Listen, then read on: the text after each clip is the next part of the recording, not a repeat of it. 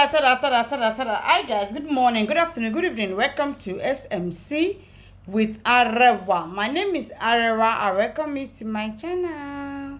If you are new, kindly click on that subscribe button and don't forget to on your notification bell so you can get notified whenever I drop a new video, so you can come and check it out. Also, this is a Yoruba and English channel, so méjèèjì ni mo máa ń sọ papọ̀ ní ibi báyìí. Thank you once again, guys, for joining me. Thank you for your love. Thank you for coming back to this channel. Really appreciate every single one of you. Thank you once again for any of your advert, support, donation, or any discussion whatsoever. My contact is going to be down below in the description box, and I'm also going to leave it in the comment section area. Thank you once again, guys. It's gonna be a very quick show. It's gonna be a very quick one. Thank you once again for joining me. So let's get into it. Ẹ káàárọ̀, ẹ káàsán gbogbo ẹ̀yin olólùfẹ́ àgbègbè. A ní ẹ ṣé mo dúpẹ́ gbogbo ẹ̀yin ìfẹ́ mi. Happy New Year all. Happy New Year for my fans. Happy New Year for my mother and sisters. Àgbo ọfà tí kò ní lára yàn. Àgbo ẹ̀lélẹ̀ tẹ bá ní ready ẹ kàn sí wa.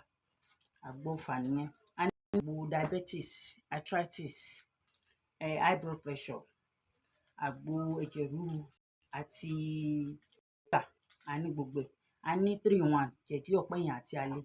A ní àgbo jẹ̀dí, normal àgbo jẹ̀dí. Tẹ bá fẹ́ normal àgbo jẹ̀dí, ọ̀pẹ̀yìn àti jẹ̀dí. A ní ẹ̀ náà.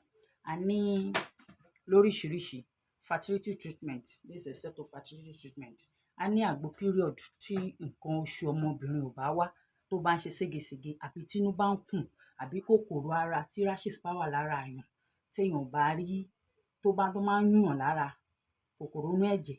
A ní yẹn náà, àbí téèyàn bá kàn ní rashes lára, a ní nǹkan tá máa fún yín. So a ní gbogbo àgbo except àgbo fibroid. Ìyẹn tí àgbo fibroid mọ̀. Ẹ ṣé mo dúpẹ́. So ẹ rí ojú ọmọ yín, àbúrò yín, ojú ẹ̀ ṣe ń dán. Ọṣẹ yìí náà ni ṣẹ́tírí. Kékeré ẹ̀ lélẹ̀. Ọṣẹ yìí rèé. Tẹ bá ti ready ẹ kàn sí wa. In a big quantity. Tẹ bá fẹ́ big quantity, ṣẹ́tírí big quantity mo ṣẹ̀ṣẹ̀ lánàá ni.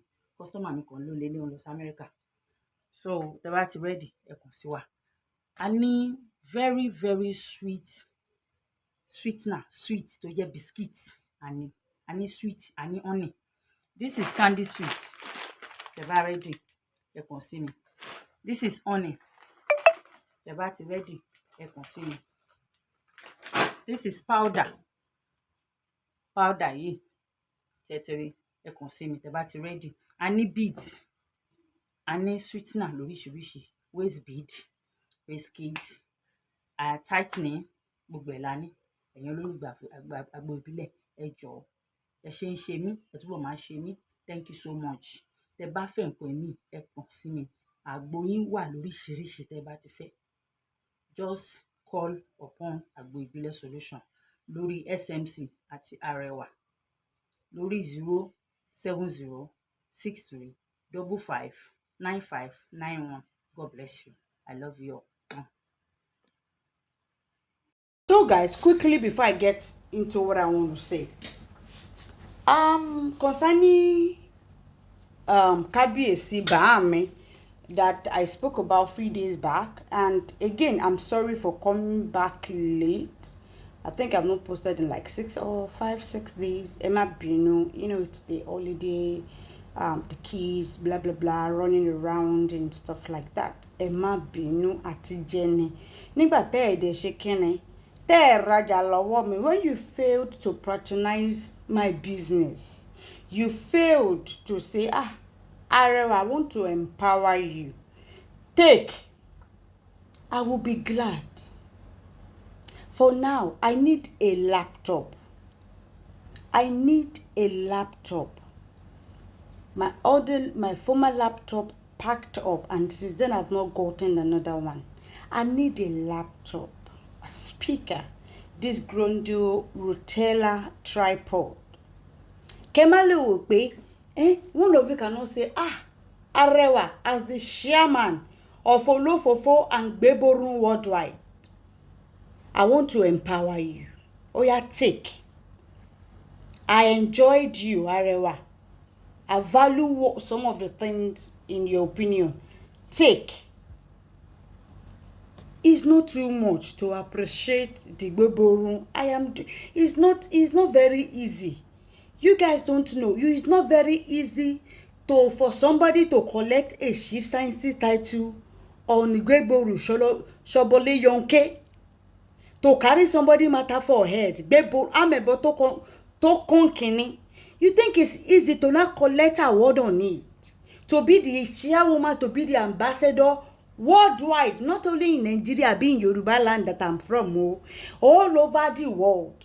The chieftaincy title. It's not easy. It's not easy. Gbeborun Solo Makinde, it's not easy. The other day, some people are fighting. Pé mo fẹ́ lọ ṣe Gbeborun. Ẹ̀ṣẹ̀ bà ojú mi báyìí ni wọ́n fún mi ní ẹ̀ṣẹ̀ upper court. All because of I want to go and do Gbeborun. All because that I want to do Gbeborun. The other day I see little bit. The other day, the other day, somebody Arewa. Prophetess Alale àtàbúrò ẹ̀. MC Olúọmọ ńlá ọ́fíìsì lọ́wọ́ kan sáré débí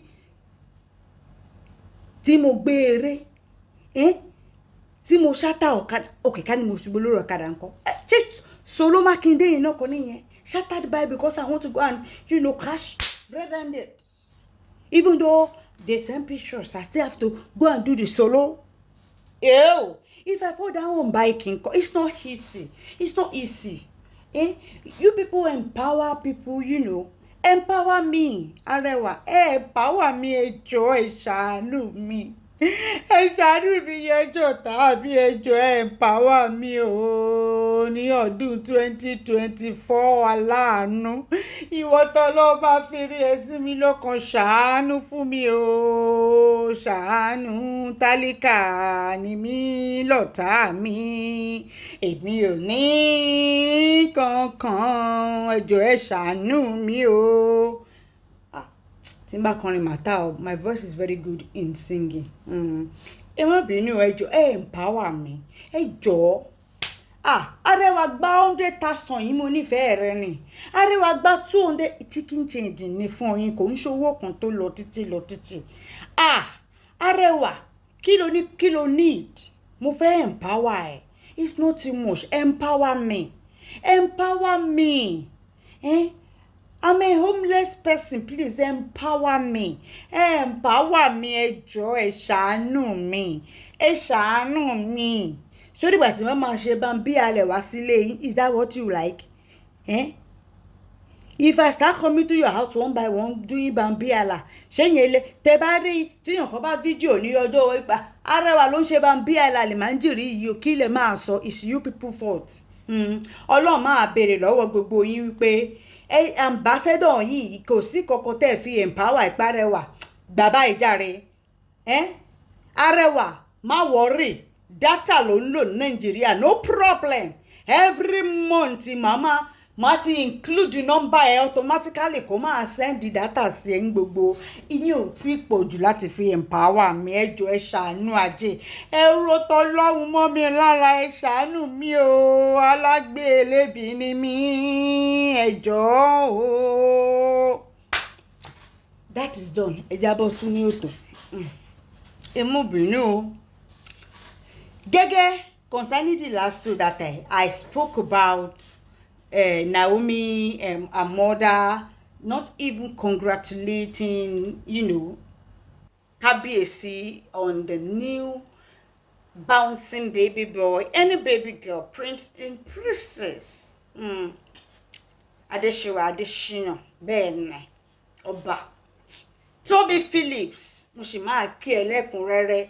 In fact, mo máa jùrù ní mo máa fi rù jùdí mo máa fi rù jù má worry máa jùrù ní gbá máa post ẹ̀ lọ́la tí máa jùrù sí máa fi kí ẹ pé olórí Tóbi lọ́ba ó ṣe yìí tán ó fún wa ní odidi méjì lẹ́ẹ̀kan náà ó pa ẹnu àwọn ọ̀tá mọ́ èyí tó fi sílẹ̀kùn lè bá mi lágbára Ọlọ́run gbogbo àwọn olórí tó kù máa fi ní ṣoyún wá fẹ̀yìn gbọ́mọ kan. Bẹ́ẹ̀ ni all the whole palace was happy. Kábíyèsí has never danced. Kábíyèsí was dancing. The video of Kábíyèsí that you people saw that was dancing, that just few seconds. Tẹ́ ẹ bá wà ńbẹ̀ ni, mo wo bàbá mi báyìí. Ijó yìí pọ̀. Kábíyèsí was dancing. Mi ò rí bàbá kó jó rí. Kábíyèsí jó, inú wọn dùn, ayọ̀ wọn kún. Gbogbo àwọn olórí lápapọ̀. Olórí Mariam try. Olórí Mariam try. She really, really tried. She was even the one that was with Toby. Baton Robbie and everything. Olórí Mariam Ajibola, ọmọ ni ẹ́, ìyàwó ni ẹ́, ìyàwó rere lọ́ọ̀dẹ̀ ọkọ ni ẹ́. Most of you people are always like, she's not happy, she's not smiling, she's kìnìkan, kò sí nǹkan tó jọ. Remember Wuraola, the ex Olori Wuraola. Sorry, today let's go back a little because mo fẹ́ nu àwọn kan ní ọ̀rọ̀. Mo fẹ́ nu wọn lọ́rọ̀. Remember the time when Baba married Olori Wuraola in Zainab? We all complained, and all were including me. Pẹ̀lú gbogbo àwọn ènìyàn àwọn tó complain wọ́n yapa pé she does not smile, she does not laugh. Àfi tẹ́ bá máa parọ́ lórí ẹ̀ tó kún o. Most of the outing, the pictures and stuff like that about Olori Wuraola, she does not smile, she does not, that is the kind of person that she is. Because she's not smiling, she's not, maybe they are fighting. No. Bí ẹnu mi ṣe mú, as my mouth is very, very sharp on social media as I'm speaking to you. If you meet me I am the, when you say conk, I am a conk introvert, like a very conk one, with ADHE.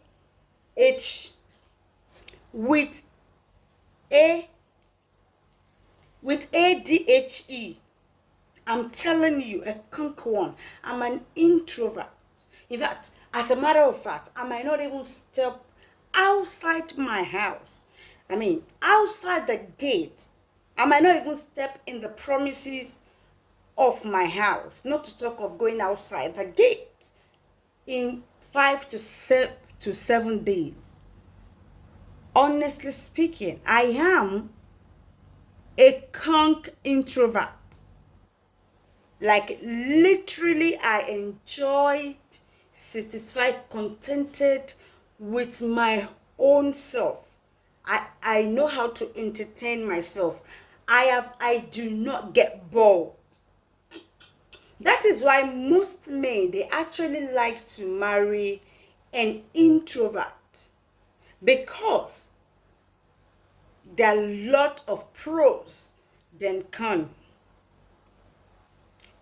And most of what they like about that is the fact that even if you are a man and you probably, averagely, probably you live in a face me and slap you, or you live in a compound that is, people are plenty. In my own compound, just like 6 flat, like that ish. So not that comfortable. But there's some houses where face me and slap it. Only maybe 20-25 rooms back and forth. Our people want to do an introvert will be in the inside a room. So the woman feel the possibility pé mo máa dé láti bí ṣe máa bára ìyàwó mi níta tó ń ro ẹjọ́ wèrè, àbí tí ó wà nínú yàrá ìyá Síkírà tó lọ rojọ́, àbí ká gbọ́ pé ìyàwó mi bá kinní kan jà ó dá sí never kò lè ṣẹlẹ̀ pẹ̀lú introvert. Men love to marry introvert.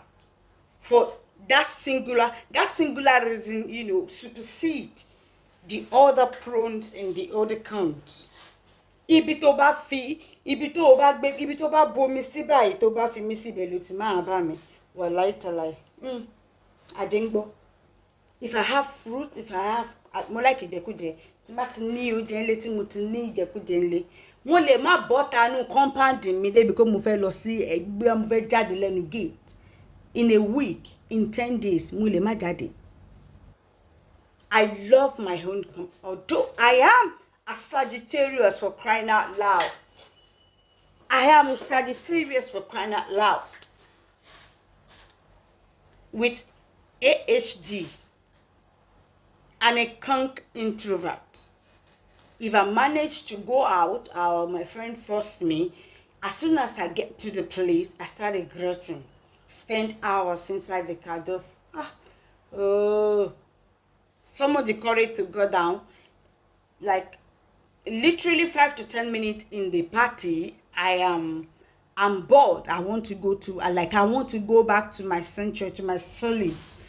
You understand? Although Sagittarius, we are the life of the party. Like literally very optimistic. We are kind of goofy. People say we are funny, but we never actually being funny on purpose. A lot of people, I think it's last time I talk about traits of different zodiac signs, compatibilities, what that they should be doing to work with their star and blah blah blah. If you want that, please comment down below. And do you want me to put it, if I start, do you want me to put the episode? It's going to be in the episode because we have 12 zodiac signs. If I'm going to put it here, or I'll put it in the other channel, the history with Arewa, please kindly let me know. Now back to the Beborun at hand. For real, occurring like introvert, yes, because it might be sometimes I can just wake up and be on my bed for the whole day, probably pressing the phone, watching, or reading up, getting history, blah, blah, blah, that's it.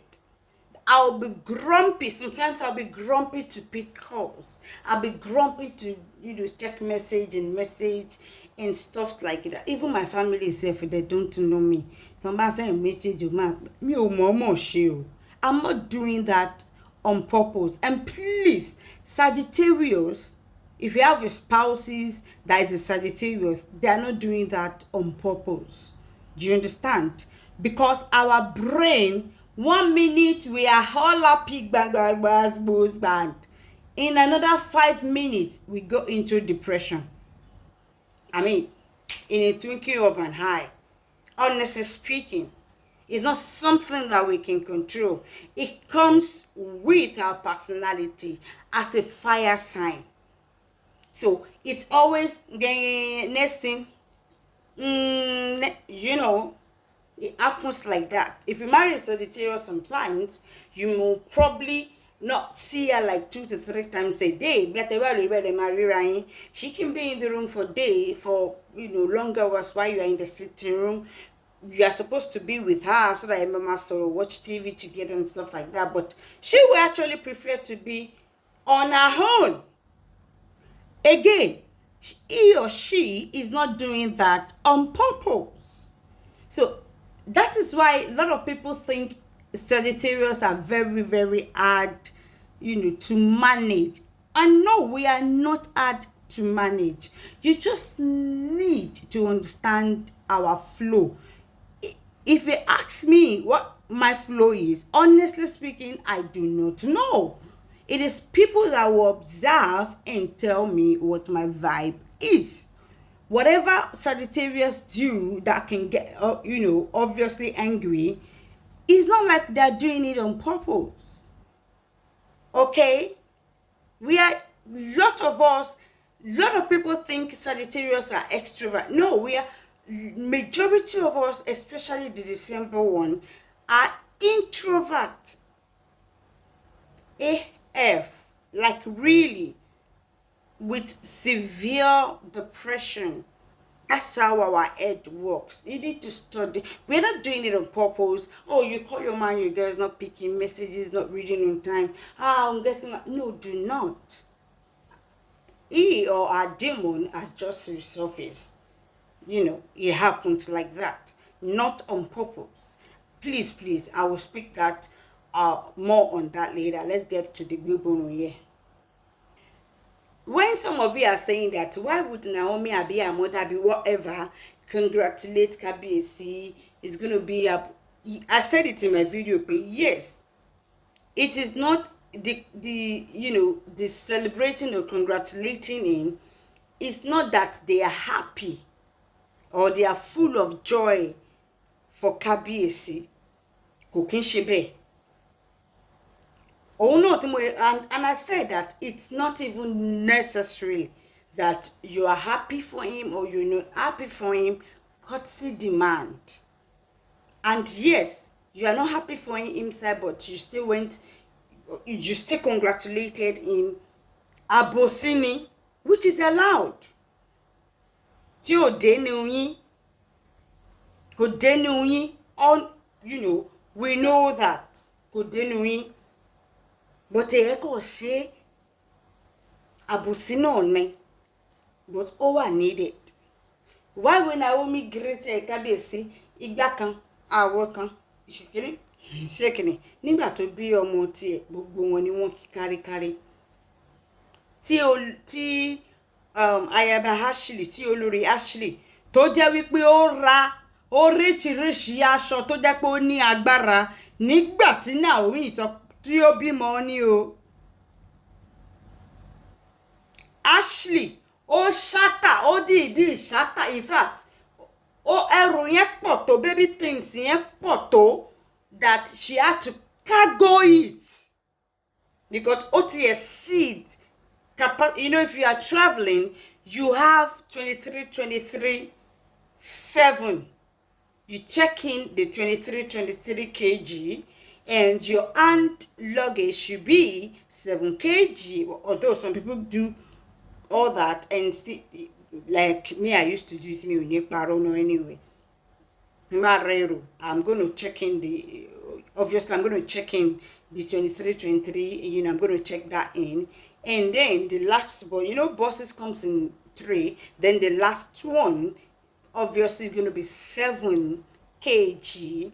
Then I still have a lot of stuff left to pack. So I'm going to get a very big backpack and put a lot of things. In fact, tó wà nínú backpacking yẹn, all weigh your hand luggage 7 kg gan lọ, and they do not weigh your backpack. Okay, so as much as all those things kò gbà, cargo ni wọ́n fi cargo nǹkan wá fún gbogbo àwọn olórí tí wọ́n ti máa pè wọ́n lólórí anyway, but táwa ìfẹ́ ti mọ̀ wọ́n lọ́jọ́ tó ti pẹ́.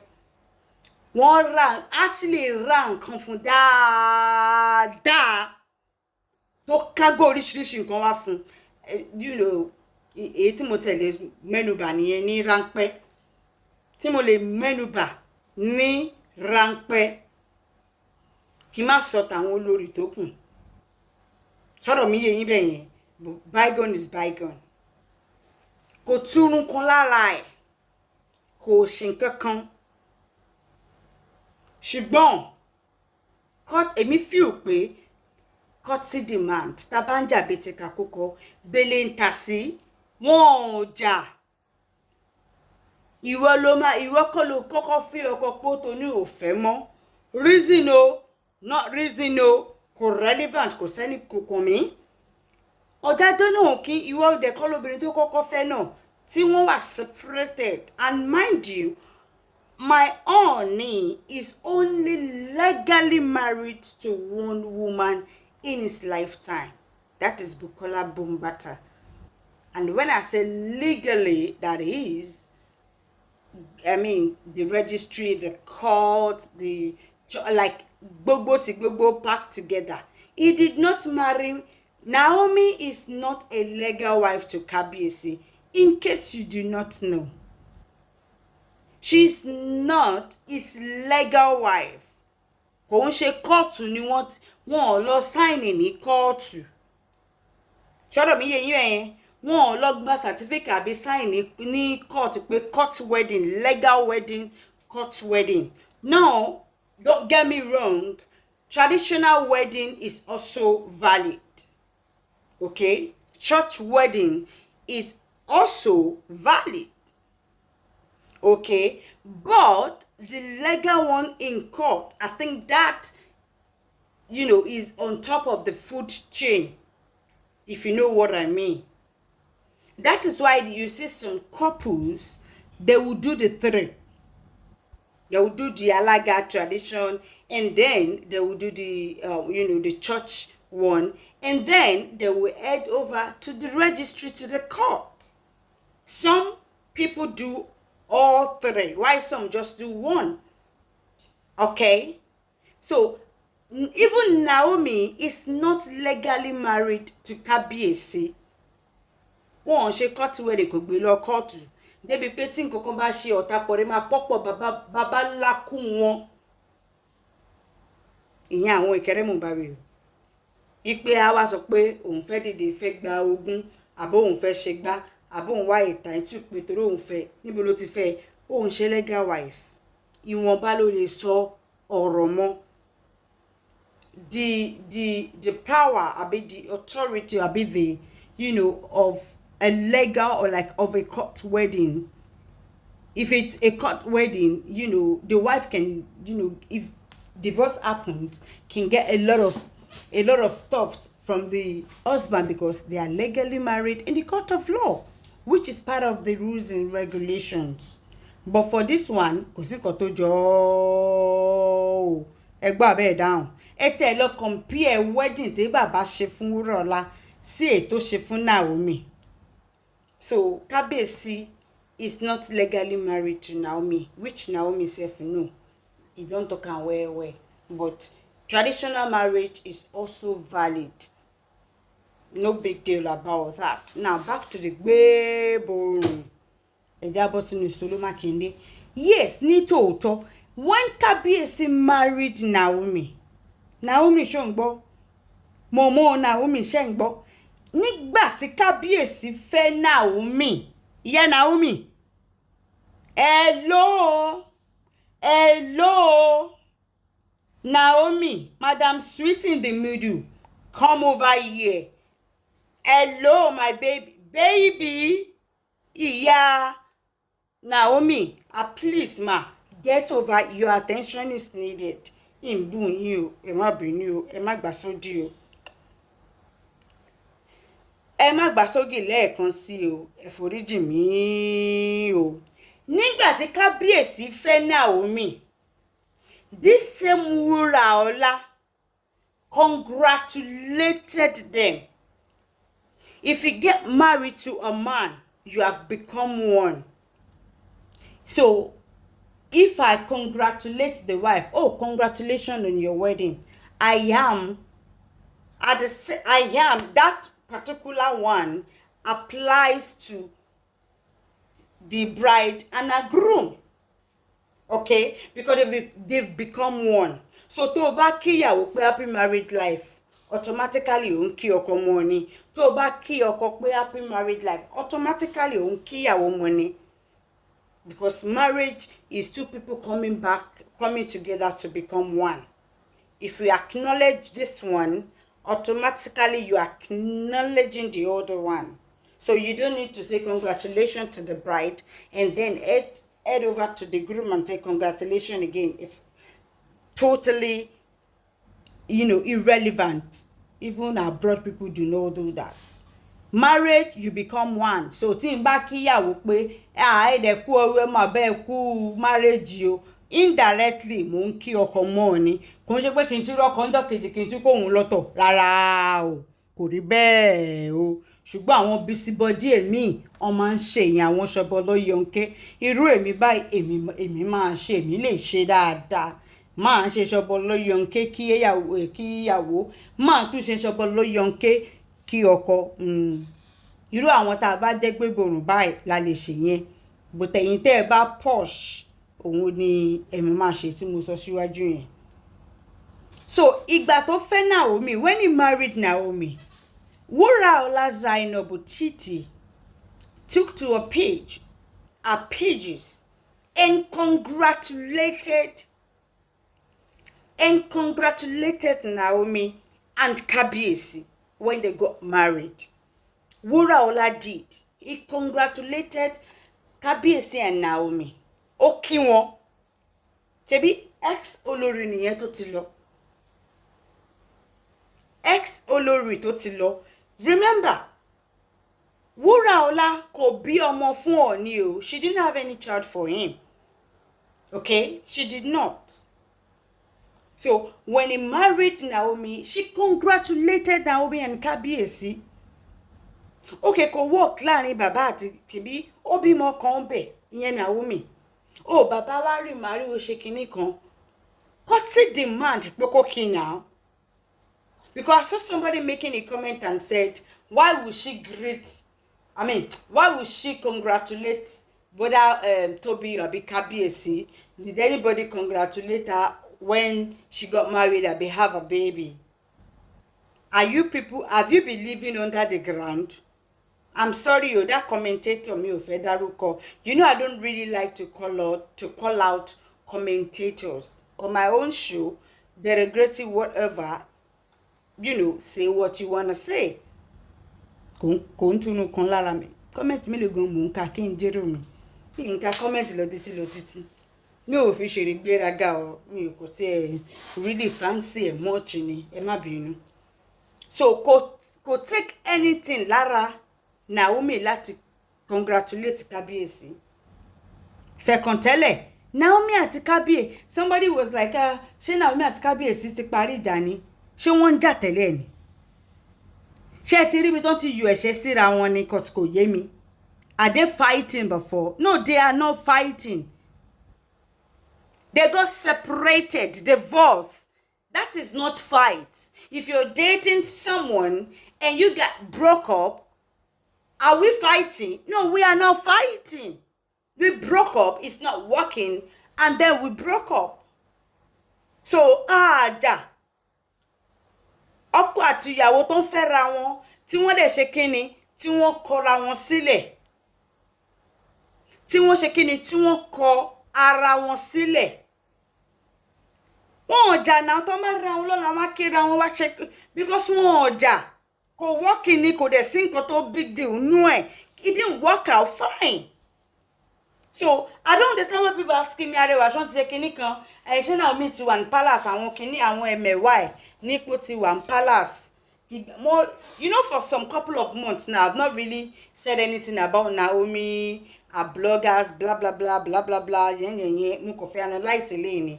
And I think this 2027, mo fẹ́ gbà àwọn èèyàn ní orí.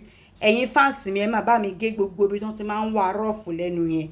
Ìyá Ẹlẹ́kìtì mo tẹ̀ ti short yẹn up for a long time. Dàdá ń dídín àdàtọ́ lẹ́nu. Ìyẹn náà, foul. Ìkan báyìí náà tí wọ́n ń pè náà tí yẹn pé èèyàn kan send video ẹ̀ sí mi tó ń sọ wípé gbogbo àwọn jagbadantis táwọn máa ń sọ gbà yẹn o arabu lásán àwọn kan máa ń frame ẹ̀ up ní o ìyẹn ti tú àṣírí. Kò yé yín kò ń ṣe wípé wọ́n support Naomi wọ́n support ẹ̀ wọ́n create content náà ìyẹn ti bọ́ta ló ti wá ó ti break table yẹn finally pé gbogbo nǹkan táwọn ń sọ yẹn àwọn kan máa ń it's just arabu àwọn kan frame ẹ̀ up náà. And I told you guys then. But lot of you people do not Kingbo. And mo fẹ́ sọ nǹkan kan. Ẹ má bínú o, ẹ̀yin ọkùnrin, ẹ̀yin obìnrin, mo fẹ́ sọ èyí ní Yorùbá. Ẹ má bínú, ẹ má fi ṣe bínú, ẹ jọ̀ọ́, mo fi Elédùmarè bẹ̀ yín. Yálà ọkùnrin, yálà obìnrin, yálà ọmọdé, yálà àgbàlagbà. Ẹ jọ̀ọ́ ẹ foríjì mi léyìí tí mo fẹ́ sọ yìí. There are a lot of all this Benin, Warri, Delta, I don't know if Warri is also Delta. Kò kàn mí wá láti wọn nìyẹn. Ọmọ Yorùbá ni mi ò lè máa ha nonsense tribe kan sórí tí ò ní mí ìsinmi. Benin, Igbos, that are always coming up every day to be talking about. Kabiesi be ranting, be saying nonsense and nonsense and nonsense. The funniest thing that gets on my nerve is if eventually I don't know them, but my fans send them to me day in, day out. If you click on it and go to the comment section, I'm going to see comments of Yoruba people bad mouthing this, but àwọn comment, àwọn tó ń comment ní ibẹ̀, àwọn Yorùbá ni. Àwọn Yorùbá ni wọ́n comment ní ibẹ̀. Eléyìí gbà mí lójú sí, wàláì. Ó gbà mí lójú. Ṣé rí gbogbo àwọn Bini àbí whatever other bloggers tó bá ti ń ṣe yẹ̀yẹ́? Call me racist if you want to call me. That's your cup of tea. Talk about your Igwe in your village. Talk about your Oba for Bini wey dey comot. Oba wey be say you dey shop loud, you dey chop am. Oba wey dey go club, wey dey enter G club with Ayiri. Abeg, there are a lot of stories about Oba Bini. All those packaging wey be dey package say Oba Bini no dey go transfer, you know dey ṣègbà, you know dey Oba Bini tó lọ strip club. Ẹlẹ́bí kan síbi kan jọ. Ẹ máa sọ̀rọ̀ pé kíni. Mi ò ráyè àwọn ọmọ Ẹ̀dó ni. Mi ò ráyè àwọn ọmọ Ẹ̀dó. That's the fact. Ọ̀rọ̀ Yorùbá gan mi ò tí ì sọ́tàn àti ìrìnrìn ẹ̀ tán. Débi pé mo fẹ́ máa lọ máa sọ̀rọ̀ nípa other tribe. Nígbà tó rí mi ò pé. How am I supposed to lead my own tribe and start focusing and talking about other people's tribe? Is that not foolishness? Please, can they answer that? Ṣé kò yẹ pé ẹnìyẹn ti ní àrùn ọpọlọ kan change ọpọlọ orí ẹ̀? Àbí bẹ́ẹ̀ ṣe ń wò mí SMC yìí, pé jẹ́ pé gbogbo content mi Ọba Bini àbí Ọba Ẹ̀dó àbí Ọba kìíní kan ni màmá rojọ́ lórí lójoojúmọ́. Ṣé ẹ̀yin èèyàn tẹ́ ń gbọ́ mi, ṣé ẹ̀ ní sọ wípé Arẹwà sórí ẹ̀ pé báyìí? Ṣé kò yẹ pé Arẹwà ti fẹ́ já wọjà báyìí pé ọ̀tá ẹ̀ fẹ́ já? Because that's how it is. And I'll be seeing Yoruba people are the one commenting there. 99% of the people watching all these things are Yoruba. And they are the only ones. If you see a comment of 20, 30 on it, all those 20 or those 30 is Yoruba. Is what? If they, for instance, if they have 500 views, 450 of that views is Yoruba. Honestly speaking, it's Yoruba. So I don't understand how a non-Yoruba that has never stepped into Osun State, nor ever stepped into the palace of Oni, will be the one to be giving you nonsense stories, been news or whatever about the king, the kingdom, and everybody there. Yoruba. Agbo now, fi sí làákàyè ni. And some of the funniest thing, there are some Yoruba that actually believe some of the things they are saying. Tó máa là, tó máa fomi lò. Ó wá ṣe mí láàánú wípé àwọn àgbàlagbà ló ti máa ń believe orí burúkú wọn jù. Ó máa ń yà mí lẹ́nu. Ṣọmọ Igbo, ṣọmọ Ẹ̀dó ló máa sọ̀rọ̀ ọba yín fún yín lẹ máa gbàgbọ́ ni. Àwọn tó jẹ́ tribe wọn, if they talk about their own kings in their village, nobody will watch it. Their tribes people will not watch it. Àwọn tó jẹ́ tí ọmọ Bini, example, tó bá ń create content, you know, as I'm a vlogger, a content creator, and he or she is basically, you know, focusing on bóyá Ọba Bini àbí Ọba this and that and stuff. If the person is from Bini and his content and everything talks about the Oba of Bini, black and blah, blah, blah, blah, you think Bini people will be watching it? You think that person will have view? No, you wouldn't have any view. They do not. The Edos, the all other tribes. This time around, I want to pack all the old tribes together. I don't give a huff at the moment, excluding Yoruba. Gbogbo àwọn tó kù tí wọ́n bá ń sọ̀rọ̀ ara wọn, celebrities wọn, àwọn ọba wọn, wàláì wọn kì í wò ó, wọn ń wo ara wọn. Wọn kì í wo ara wọn. Kí content creator máa create content based on Oba Warri. Nobody will be watching it. Warri people will not watch. Àwọn tó jọmọ Warri wọn ò ní wò ó. Àbíkárí content creator tó ń create content nípa Ọba of Benin. Àwọn ọmọ Benin ò ní wò ó. Wọn ò ní reviews. Wọn ò ní reviews. So àwọn tó jẹ́ àyà wọn, ẹ̀yà wọn, wọn ò kí ń wò wọ́n. Belenta sí another ẹ̀yà láwa fẹ́ máa sọ pé òun fẹ́ máa wò wọ́n ni. In fact, ó ṣe mí láàánú fún Yorùbá o.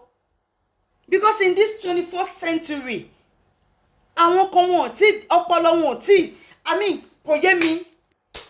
Tí n bá kọ́ rí ìgbìmọ̀ kọ́ mọ̀ wò pé ọmọ Igbo ló máa sọ ilé fún yín lẹ́dẹ̀ máa believe. Lẹ́ máa believe.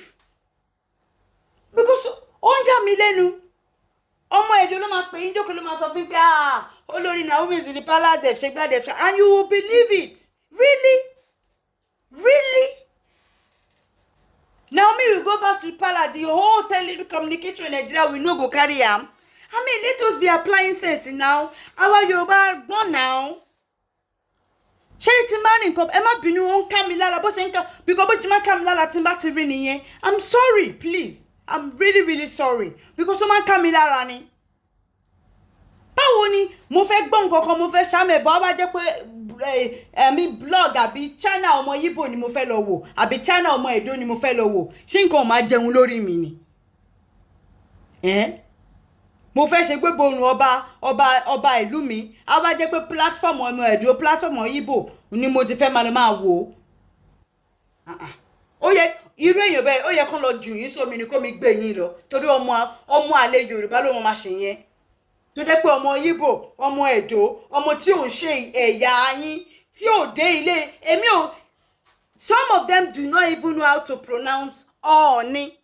Some of them don't even know how to present Olori, how to pronounce Olori. Some of them do not even know how to pronounce the word Ọọ̀ni. Ẹ wá jókòó bẹ́ẹ̀, ẹ wá máa gbọ́ orí burúkú ọ̀rọ̀ tí wọ́n sọ, ẹ wá believe. Èyí tó jọmọ Yorùbá tó bá sọ báyìí tó bá ní irọ́ ní kinní kan, ẹ ní gbàgbọ́. At the end of the day, nígbà tí ó bá gbogbo orí burúkú tí wọ́n sọ tó bá backfire, ẹ wá padà wá sọ́dọ̀ mi pé Arewa ọdẹ sọ kinní kan. Mo bó ṣe máa ń ru nínú mi.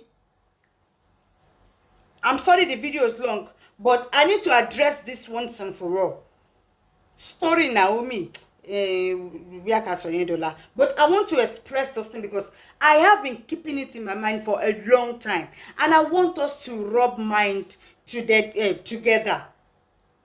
Please, what do you think about this? What exactly do you think?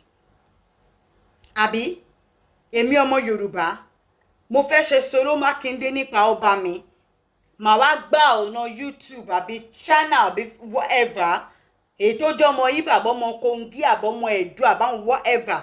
Wá ni mo ti fẹ́ lọ máa gbọ́ tí mo dẹ̀ máa believe. Èmi ò lè pronounce Ọọ̀ni kò lè pronounce Ọ̀jájá. Èmi ò lè pronounce Ọ̀ṣun. Ibẹ̀ lẹ máa wá jókòó, ibẹ̀ lẹ máa wá lọ. Ipe ẹ fẹ́ lọ ṣe gbéborò nípa ọba lọ́dọ̀ ọmọ Bìíní, lọ́dọ̀ ọmọ Igbo. Ṣé ẹ rí pé irú àwọn Yorùbá báyìí ó yẹ kí wọ́n mú wọn kán lọ sọ wọ́n sódò ni kó mi gbé gbogbo wọn lọ. Because ìtìjú tó yẹn kò sí. 99.9% àwọn tó ń wò wọ́n ẹ̀yin tẹ́ ẹ jẹ́ Yorùbá ni. Sadly, àwọn tó jẹ́ ẹ̀yà wọn kì í wò wọ́n. Àwọn tó jẹ́ ẹ̀yà wọn, they do not watch them. They do not. Majority of the time, before they started doing gbogbo wọn rí wípé the story of Ọọ̀ni àbí whatever, ó ń já views. own checking, own views.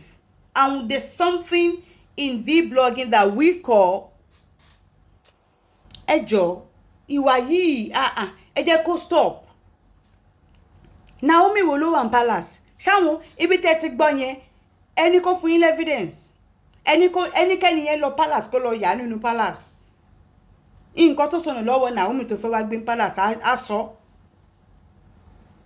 ẹ̀yin tẹ́ ní pìgbà tó fẹ́ tó bímọ ṣán wúrà ọlá ó congratulate Naomi àti bàbá nígbà tí wọ́n marry nígbà tí wọ́n bímọ ẹ lọ wò ó. Funny enough, ọlọ́rọ̀ mi ni ọmọbìnrin. If I tell you people, most of the time pé gbogbo àwọn tó jẹ́ olórí bàbá, ayaba o, àwọn ètò tó jẹ́ side chic, ètò tó jóyìnbó, ẹ má jẹ́ ń bẹ́ẹ̀, gbogbo ẹ̀ ni mo mọ̀. Tí gbogbo wọn dẹ̀ ń bá mi sọ̀rọ̀. Gbogbo wọ́n ń bá mi sọ̀rọ̀. Tí n bá fẹ́ béèrè nǹkan lọ́wọ́ wọ́n ń bá mi sọ̀rọ̀. Kò sí ìyàwó bàbá tí mi ò mọ̀ káàjọ sọ̀rọ̀ rí kò ń ṣe gossip o àbí whatever o ètò tẹ̀sí nàìjà tó jóyìnbó gan sef makawai that's it. Ṣọ́rọ̀ mi yé yín bẹ́ẹ̀ yẹn ọmọ ẹ̀dọ́ ọmọbìnrin tí ò dé Ọ̀ṣun state rí tí ò dé Ifẹ̀ rí débi kó fẹ́ dé palace Ifẹ̀ òun ló máa sọ ọ̀rọ̀ fún yín òun ló máa wá sọ àwọn ọ̀rọ̀ fún yín lẹ́dẹ̀ máa gbé ìjẹ́lẹ̀ máa làámù. Imagine one is saying that Naomi is telling Olori Tobiloba to go and do DNA for the twins. Nígbà tí orí Naomi ò fẹ́ gbálẹ̀ nígbà tí mo tún sọ nígbà tí orí Naomi tí ò fẹ́ gbálẹ̀ nígbà tí orí Naomi ò fẹ́ gbálẹ̀ kí wọ́n fi ṣe football kó máa róòlù ẹ̀ kiri. Even though I know that it is a lie, but you people are ridiculing Naomi. Look at the way I just had Timoje Tasiloju 2024. No grief for anybody.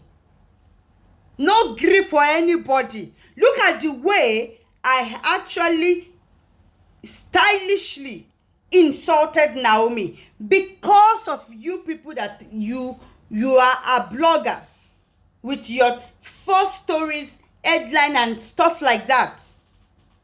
You think you want to shame the palace, the Ooni and the queen.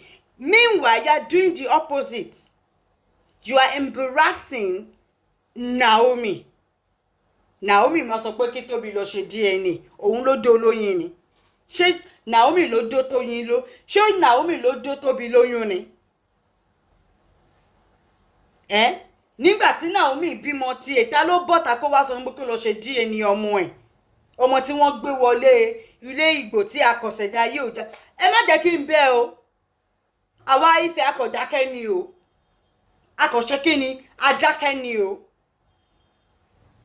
Orò tí wọ́n ń ṣe fún olórí ọba kankan tó jẹ́ Ọ̀ọ̀ni tó bá ti wà lórí àléfà ọmọ tó bá kọ́kọ́ bí ó ní olórí kan tí ìyá ọmọ ẹ̀ máa ṣe round the market square ó ní àwọn nǹkan kan Naomi ò ṣe kò ṣe kí ni Naomi kò ṣe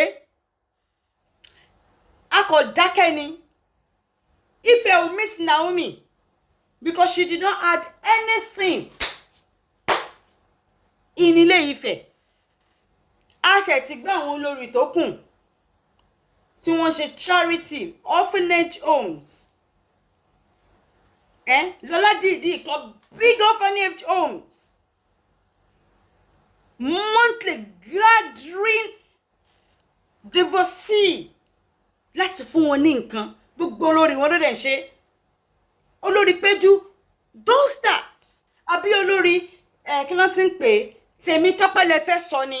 Ìyẹn Tèmítọ́pẹ́ did that charity did to the extent went to Uganda to go and see the ghetto kids that normally dance. I'm sure you know and those small kids that I'm talking about in Uganda, that they dance. It is an orphanage home, so they dance and they make videos and stuff like that. Olori Temitope flew over there to go meet them.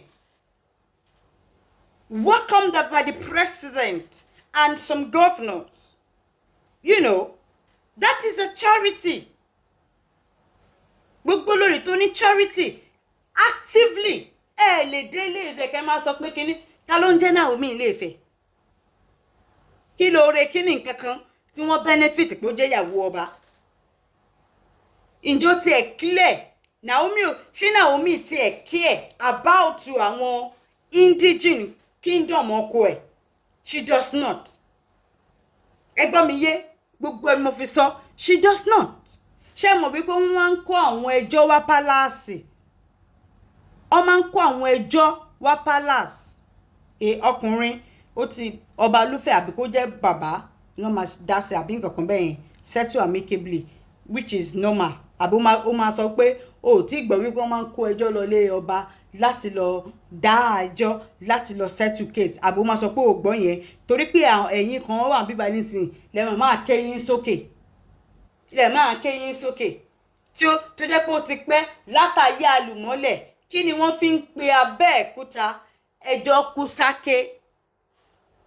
Bó tiẹ̀ jẹ́ wípé ìyàwó ẹni tó tẹ èyí tí wọ́n ń pè ní Ẹ̀gbá Abẹ́òkúta, ìyàwó ìgbà tí wọ́n kúrò ní Ifẹ̀, there were 3 that left. Ake, Ketu, ìyẹn Ketu àti Sábẹ́. Mi ò sọ history wọn lé ní anyway for another thing. Ketu, ẹ jẹ́ nǹkan, kí ló ń jẹ́ Ketu? All those places that fall into Benin Republic, Sábẹ́, Ketu, they've all fall to the other side. I'm sure you know that. They are fought to the other side. Kí ló tó fi pè ní Ketu? Kí ni Ketu? Wọ́n là kún wọ́n ní wọ́n fẹ́ ṣe ètùtù. Babaláwo ó kira ìmọ́fá. Wọ́n nídìí ẹni tó bá ní ké. A ṣẹ̀fẹ́ dàlú lẹ̀. A fẹ́ fi ìlọ̀lẹ̀ sílẹ̀ ìlú. Ibẹ̀ la ti fẹ́ rí ike. Ibẹ̀ la ti fẹ́ rí èèyàn tó ní ké. Iye àwa tá a gbéra rèé. Kò sẹ́ni tó ní ike. Àwọn ìlú wo ló wà lágbègbè tí ò sí kankan débi wípé àwọn lọ máa wò wọ́n pé ẹjọ́ tẹ́ iṣẹ́ ní ké ń bí o. Kò sí nǹkan tó jọ. Babaláwo ọ̀hún ní ké lẹ́yìn. So òun náà kúkú mú pé ó yẹ sọ bá ṣe máa ṣe tá a bá ti rí ké náà. Ó sọ gbogbo ẹ̀ fún wọn. Bàbá yẹn wá ni wọ́n fẹ́ lò. Kí ilẹ̀ tó mọ́. Kí ṣe kí ni? Kí ilẹ̀ kó tó mọ́. Ake ó ti lọ gé ike babaláwo. Ìgbà kan máa débẹ̀ àwọn Kétu àti kíní tó máa débẹ̀ láàárọ̀ ọjọ́ kejì ló bá di wípé Kétuké, that is ta ló tu ike. Kétuké, ta ló tu ike. Kétuké. History for another day, guys. And me believe pé tó bá say congratulations is not a big deal. And you call this person a prophetess. You call her an anointed prophetess. Àbí kò tẹ́ pé kan ni. So ex-baby daddy ex-baby daddy bí odidi ọba ọmọ. Kó má lè sọ congratulations daddy Tade. It's not too much. Tí ó bá tẹ̀ dénú ẹ̀ tí gbogbo ọmọ pé kò dénú ẹ̀. Inú ìbàjẹ́ ni Naomi àtàwọn especially ìyá ẹ̀. Òun àti ìyá inú ìbàjẹ́ ni wọ́n wà. Tí bàbá wọn tó ń fi wọ́n ṣe ẹ̀yẹ pé ṣó tán nílé ọjọ́ kìíní àná tí mo fẹ́ ṣe kinní kan ẹlẹ́nu mi ń rùn. You know, Naomi has never want to showcase their father because apparently he's not posh enough to their standard. He's not posh enough. According to Naomi, he's not posh enough to her standard. Madam, you did all right, so you're not posh enough. You born 1, you born 2, you born 3, you born 4, you born 5, you born 6, and yet his standard is low to you. Rádaràda. Nígbà tó ń tẹ̀ pèèyàn ní prophetess, ṣé kò yẹ kó parí ìjà láàrin ìyá rẹ̀ àti bàbá rẹ̀? Akúgbó lákùrẹ́ pé bàbá yẹn ò tí ì marry. Oh sorry, ó rà pé Ondo town ni bàbá yẹn wà. Àwọn Naomi ló wà lákùrẹ́. A gbọ́ pé kò remarry àbí what, I don't know. Kò tẹ̀ nídàá ti remarry. A kò máa wó bòdò kan tó mú kàn máa dó side by side ní finish. Torí kí ló fẹ́ gbéyàwó sílé fún in the first place. Ṣọmọ ló fẹ́ sọ pé òun fẹ́ bí mi. Ó ti bí gbogbo, ó ti bí half dozen now. Kí ló tún kù? Gẹ́gẹ́ bá a ṣe gbọ́ lóńdó town pé kò remarry. Gẹ́gẹ́ bá a ṣe gbọ́. Wọn ò really. In fact, Kábíyèsí can count how many times he has laid eyes on Naomi's father. Wọn ò kí ń gbà kí bàbá wa, ìyá ẹ̀nà mò ń gbà kó wá palace. Kò kí ń gbà rárá. Wọ́n máa ń ṣe party festivals and stuff ní Ilé Ifẹ̀. Ìyá ẹ̀nà mò ń gbà kí bàbá yẹn wá. Kò ní gbà kó wá rárá. Nígbà náà tí mo ń wò mí fi pé alátẹnujẹ àdánìkan jẹ ni. Because ìfẹ̀kàngbà tẹ́ ẹ̀ délé Ọọ̀ni, òun ni Ọọ̀ni touch gbogbo yín off. Ìgbà tẹ́ wọlé ọlá, Kábíyèsí mí ọlá sí yín lára, lẹ touch up lẹ ṣe gbogbo ẹ̀. Ẹ jẹ́ kí bàbá kó benefit nínú yẹn. Always shading the man to the side. Always shading the man to the side. Now you might say maybe he used to beat her, he's a technical womanizer, he's igba o, he's agbon o. Gone are those days. There's something they call forgive. You might not forget, but forgive. Tó bá di baby daddy and baby, if they don't say eye to eye on their children, either male or female, you know, achievement stage, milestone, they will come together to celebrate it. They will come, tó bá di nǹkan ẹ̀yẹ fún ọmọ wọn. Tó bá di nǹkan ẹ̀yẹ fún ọmọ wọn. Ìgbéyàwó ni o, ìkómọ ni o, ìṣílé ni o, ìgbẹ́kan àwo kan ni o. Elédùmarè má jẹ́ kí wọ́n fi mí ṣàwátì o. Èmi kí n tí mo ṣẹ́gun sí mi náà ni mo máa dúró jẹ́ terribly pẹ̀lú fọ̀kànbalẹ̀ máa jẹun ọmọ lágbára Elédùmarè. Mi ò ní ṣiṣẹ́ lẹ́fẹ̀yàn. Ẹ ní jẹ́ kó wá. Ẹ ní ṣe kí ni? Ẹ ní jẹ́ kó wá. Bàbá ò bá ti mí sí bàbá yẹn náà lára. But you are always shading. Ṣé kò yẹ kí prophetess parí ìjà láàrin ìyá àti bàbá ẹ̀? Kò ṣe pé bẹ́ẹ̀ kán má rí ara wọn padà o. Rárá o. Ṣùgbọ́n èwo ni kí ọmọ tán jọ bí kó fẹ́ ṣoríire tó fẹ́ ṣe gbá tí wà wá sọ pé kó má wá torí kò ṣe é rí kò ṣe gbá. Ó dà kí wọ́n ní I think they said he work at last man. Ó dà bẹ́ẹ̀ kò ṣe gbá. Birthday bàbá ẹ̀gbọ́n, she has never posted or celebrated her birthday, her father's birthday, and they did for her mothers back. Birthday ìyá Naomi back and forth. She has never done anyone to her father. The father is rotting away in Ondo State. Kábíyèsí Ọlọ́run ṣàánú fún mi o. Pèsè owó tí màá fi tọ́jú àwọn òbí mi kalẹ̀. Mi ò fẹ́ mọ̀ nǹkan tó ṣẹlẹ̀ tán fi depart àbí ìgbà kan àwo kan. After all, prophetess nínú Bíbélì tẹ́ ẹ gbé dání, ó sọ àwọn nǹkan bẹ́ẹ̀. Ẹ lè forgive, kẹ́ má gbàgbé, bọ́ kẹ́ ẹ parí ìjà kí ìrẹ́pọ̀ wà láàrin ìyá àti the same thing Mohbad was trying to do with his parents, bringing both of them back together. Baba Mohbad ò ní ìyàwó nílé. Mohbad's father does not have any wife at home, nor does he have any other children except those 3 children that woman gave birth to for him. Ìmọ́lẹ̀, àdúrà, àti ṣé Wùnmí àbí kí lorúkọ láti ọmọ wọn, àbí kí lorúkọ ọmọ wọn obìnrin yẹn. Ọmọ mẹ́ta yẹn nìkan náà ni bàbá Mohbad bí láyé lọ́run. Ọmọ mẹ́ta yẹn òun ló bí. At the moment, kíkíní gan tó as at the time tí yẹ Mohbad gbé yẹ padà sínú life tí yẹn rápálá tó ṣe gbá tó ṣàgbọ̀n. Bàbá Mohbad ò ní intention pé òun fẹ́ remarry. Of course, ara òun ṣòkúta. Bàbá lè máa ṣọmọ here and there tí òun ṣe big deal, kò ń ṣòun lákọ́kọ́, kò ń ṣòun ní kinní. Torí gbogbo yín ti máa kẹ́yìn sókè lórí tí ń sọ yìí. So he was trying to bring both of the parents back together. Even if it is not under one roof. At least, ó fẹ́ ṣe tún wọn gbé, ó fẹ́ ṣe big wedding fún wọn, like a newly married couple.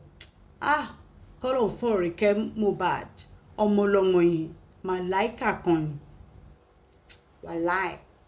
Look at that beautiful solid plan that he had for his parents.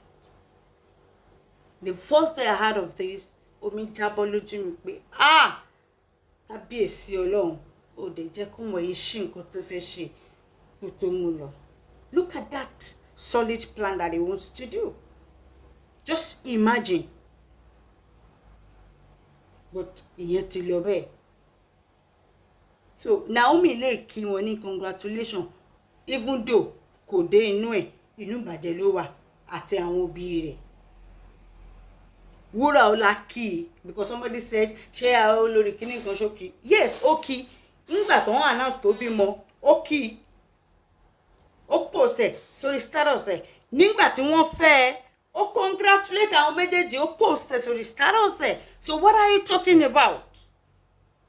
And that is coming from a woman tí ò bí ọmọ fún kábíyèsí o. Belenta sí èyí tó bí ọmọ. Tó jẹ́ pé bó pẹ́ bóyá ọmọ àgbálẹ̀ bàbá rẹ̀ lọ, ọmọ á bèrè bàbá. Ọmọ máa ṣe kíni? Ọmọ máa bèrè bàbá. Ọmọ máa gba ilé bàbá rẹ̀ lọ. Bẹ́ẹ̀ni. Ọmọ tó gbọ́kànlẹ̀ tó fi ń lá bàbá létí, tó fi ń lá imagine. Prophetess Olale, a little bit told me. Hold on, please, before I say what a little bit told me, quickly. Did you guys know something? The way you all see Naomi to be calm, reserved, blah, blah, blah, on TVs and stuff like that. Normal, you know, face to face, not camera-wise or video-wise or stuff like that. Ó get àṣìbí o, ó ṣe gentleness then rí kíní yẹn kò rí bẹ́ẹ̀ o. Kò ṣe kíní kò rí bẹ́ẹ̀ o. Story for another day. A little bit told me. Báwo ṣe fẹ́ sọ Solo Makinde yìí o. Àìmákì àbí nǹkan kan ó fi hàn wípé Ọlọ́run wà lẹ́yìn bàbá. Ọlọ́run wà lẹ́yìn kábíyèsí. Olórí Tóbilọ́ba Káre ọmọre bí iyán, and she's from Mundo, I think Akoko or something like that. I stand to be corrected, but I know she's an Edo girl. And somebody come and say, Mariam Ujun, she gbọ́nkú. Ẹni tó wà nígbẹ́ ẹni tó bí mogun tẹ́ pò ń wà. Kí lẹ̀ ń sọ yìí? She's not, if you notice from day one, she's not really the type that smiles. She's more like an introvert kind of person. I understand her. Same thing with Wuraola too. You know, tó bá rí ro kó máa wá ṣe, ó máa dákẹ́ kó máa, kò rẹ́rìn ní kò ṣe kankan rí. That's the kind of person that they are. It's not like they are not happy that tó bá rí mi náà tí mo bá, I do that a lot. I literally do that a lot. Bó bá ti báwọn ẹgbẹ́ mi bá ti gbé wá, I do that. Ṣé I do that. Do not forget these women, they work. Ṣé kò kí n ṣe Èkó àti Abuja mà ní tí Mariam ti ń ṣiṣẹ́. Wọ́n ń ṣe alábọ̀dọ̀ prophetess kìíní o. Wọ́n ń ṣe alábọ̀dọ̀. Olórí Adérónkẹ́ oníṣẹ́ o. Olórí Ashley abẹ́ ti gbàgbé ní accountant yẹn ń ṣiṣẹ́, ó tún ní ṣọ́ọ̀bù ní kíyàn ní ṣọ́ọ̀bù lódìdí UK. Kí lẹ̀ ń sọ yìí? Elizabeth ńkọ́? ṣé ń wáìnì wa ni Tóbi lọ́ba yìí gan Tóbi ọmọ. We all know she's into fashion design, art, and etc. etc. She is. So gbogbo àwọn ìyàwó bàá mi kò sí èyí tó jẹ́ liability inú wọn níwọ̀nba ní ráńpẹ́ wọ́n wà òkè. Ṣóyè jẹ́ career women. Wọn ò jókòó lé kábíyèsí a nídìí yọ o. Okay gbà. Okay, a fẹ́ ṣe party kábíyèsí o.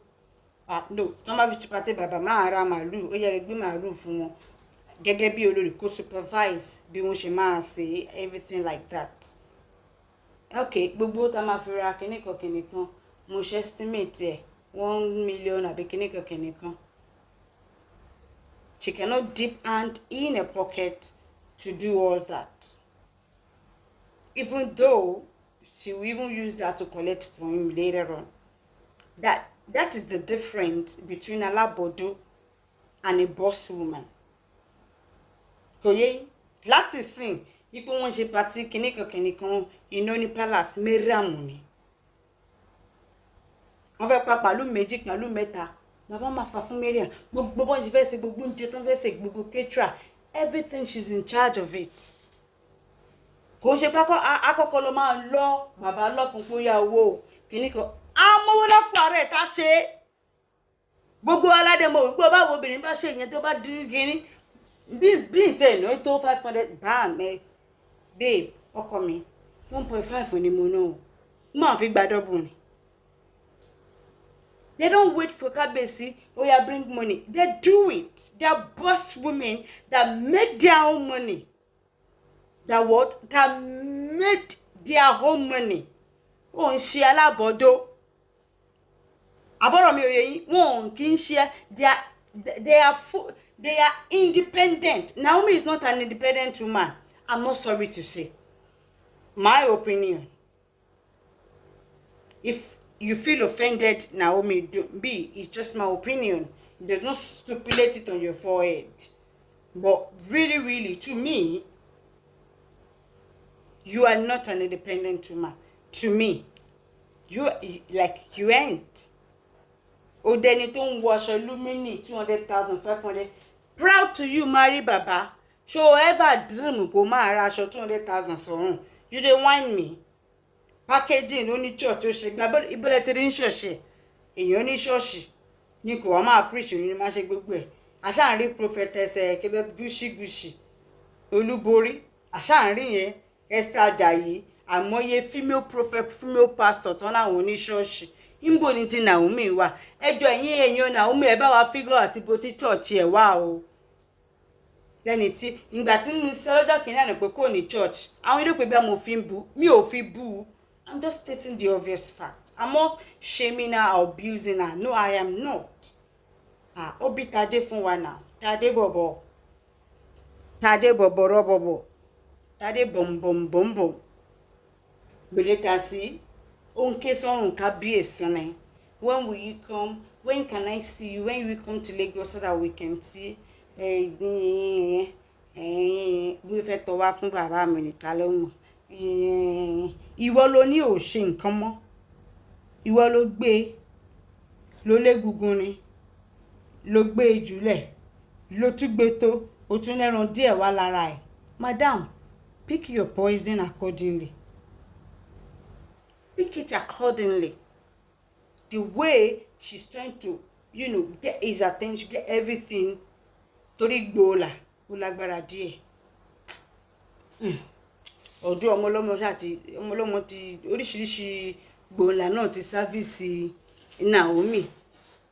Kò ń ṣe ìbúwo Naomi o, kò sí big deal o. Gbogbo àwọn tó ń wò mí gbogbo wọ́n dóko bí nǹkan èmi kan tó má rí wọ́n dó yàtì ní oko. Ó sì ń lé ọkọ sọ lè dóko bó bá ṣe wọ́n ẹ̀nà. Ó lè dóko 5 lọ́sẹ̀ kan, kò sí big deal tó wà nú ẹ̀. You are not under any man. So you can as well do whatever you want to do. O lè dóko at any time. Kò sí anybody tó máa mú ẹ sí. You are not loyal to anybody. You don't have a husband. so tí n bá sọ wípé ó dóko ṣe gba confam ní ó dóko ṣé wọ́n ò dóko ni àbí ṣé mi lè máa sọ pé ìdóko ni àbá kò sẹ́ni tó jẹ́ virgin nù wa now. And again kábíyèsí never married Naomi as a virgin ṣó fẹ́ jí ni. Are you people alright? Because I don't understand you. The other time when Tibetan said girlfriend di ṣé àbúrò àbí kíná tí ń pè ọba Olúgbòfúgbò, truly I went to search and the throwback picture tó yà ní palace Olúgbòfúgbò ní tòótọ́ mo gbèdì fún Tibetan ó gbà ní one time mo tẹ̀ rí ibì kan náà tíyàn kan ti bá Olúgbòfúgbò sọ̀rọ̀ lórí nǹkan tí bàbá yẹn sọ and he said oh yes tòótọ́ ni o tòótọ́ ni ó sọ bẹ́ẹ̀ but she's not a virgin or no virgin. Being a virgin is not an achievement. It's not going to buy you rice in the market. It's not going to, pay for a car in a car lot. So virgin is way overrated in this age and time. It means absolutely nothing. It means absolutely nothing. Virgin kọ́ vagina ni kò sí nǹkan tó ń jẹ́ bẹ́ẹ̀ àbótí virgin ta ló jí ìwọ ló ti fẹ́ rà.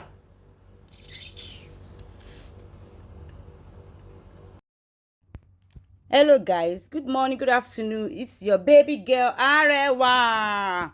I'm back with my own product or with my business. Ewa rarun o. It is not all of us that we have money to buy big hair. Woman hair 500,000, 300,000, 200,000. It is not all of us that will have money, and the ones that even have such big hairs in their possession, it's not every day that you'll be rocking them. This is where all this my own new wig blade hair comes into play. These are very cheap woman hair pattern with I'm giving you guarantee, a year plus guarantee, especially for us that we are in abroad.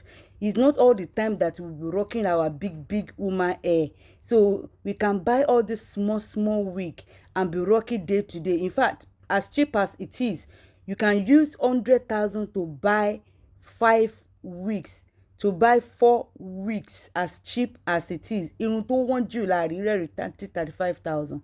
I have cheap hair that you will rock for ages. You will rock for ages. Come, mama change different hair every day. Wọ́n máa béèrè pé ibo lẹ ti rarun. Wọ́n máa bi yín pé ibo lẹ ti rarun. Tẹ́ bá sọ fún wọn pé if they see you rock all this hair, they will think it's real woman hair. They will be asking you, where did you get this? I'm giving you good hair at cheap prices. Wigs at cheap price. I deliver worldwide. This is my own business. Ẹ wá patronize Arewa o. Ẹ wá patronize mi o. Irun ni mò ń tà, wíìgì mò ń tà o.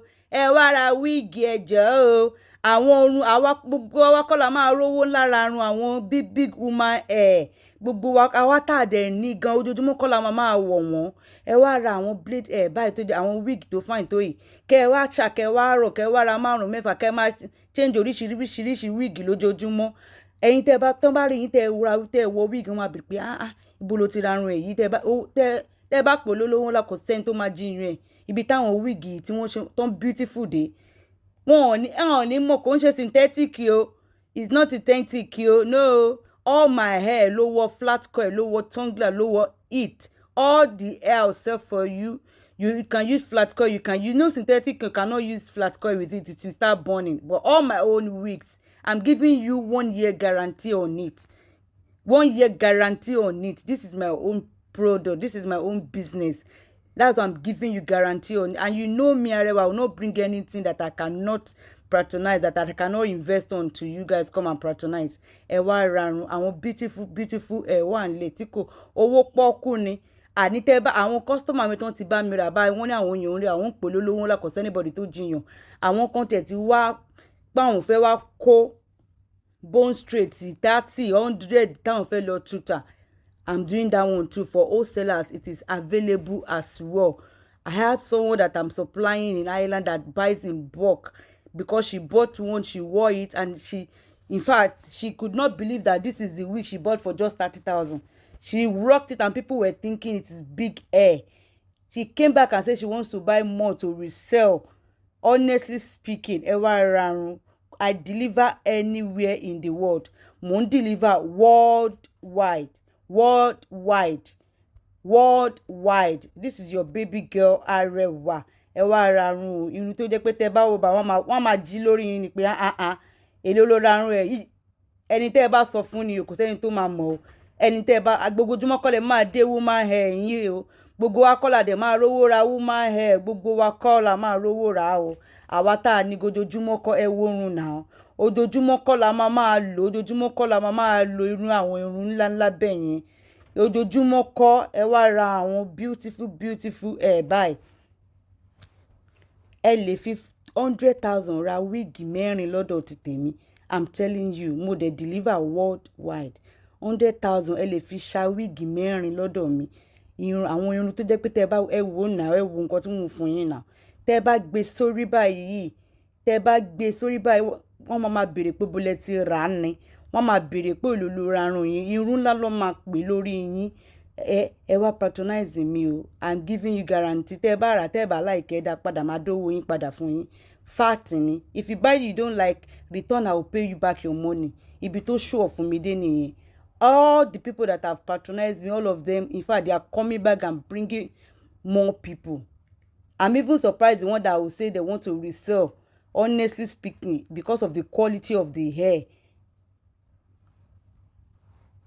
You kuku might know my number is going to be on the screen. Let's talk. Let's quickly wait. Jokes apart. Again, jokes apart. What exactly was the offense that Bobrisky to risky? Hello, baby. What exactly ni Bobrisky ṣe? Because I'm literally trying to see that what was put out by the police, the EFCC, I don't know the department, but please figure that out. That arrested him, invited him, sued him to court, and blah blah blah. He's going to go to prison, jail. That because of Naira, Rebus, Naira, whatever. I mean, that simply means that, you know, late last year, there was a law when they brought out the new Naira note, the 500 Naira, the 200 and the 1,000 Naira new Naira note, when it was launched. And, you know, normal Owambe party, both Igbos, both Yorubas. I don't know if the Hausa people always, you know, do the spraying and stuff like that, but I don't know. Now, being the Yorubas, we all know that there's no Yoruba party without spraying money. Gbogbo wa la mọ̀ yẹn. Wọ́n lè pe eléré sí party kan máa ṣe kíni kan máa ná owó. Same àwọn Igbo náà, àwọn náà máa ń ṣe bẹ́ẹ̀. Bí àwọn copy Yorùbá ni kò yé mi, ṣùgbọ́n bàtà àwọn náà máa ń ṣe nínú tribe wọn. But àwa Yorùbá gangan la ní àṣà náà látayédáyé ni.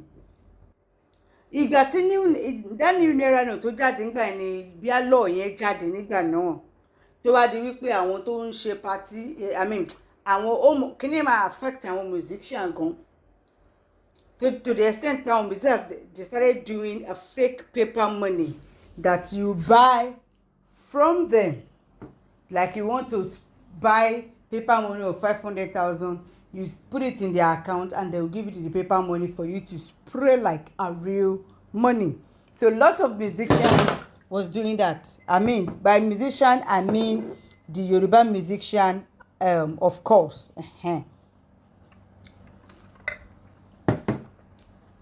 So, according to the petition of this Bobrisky,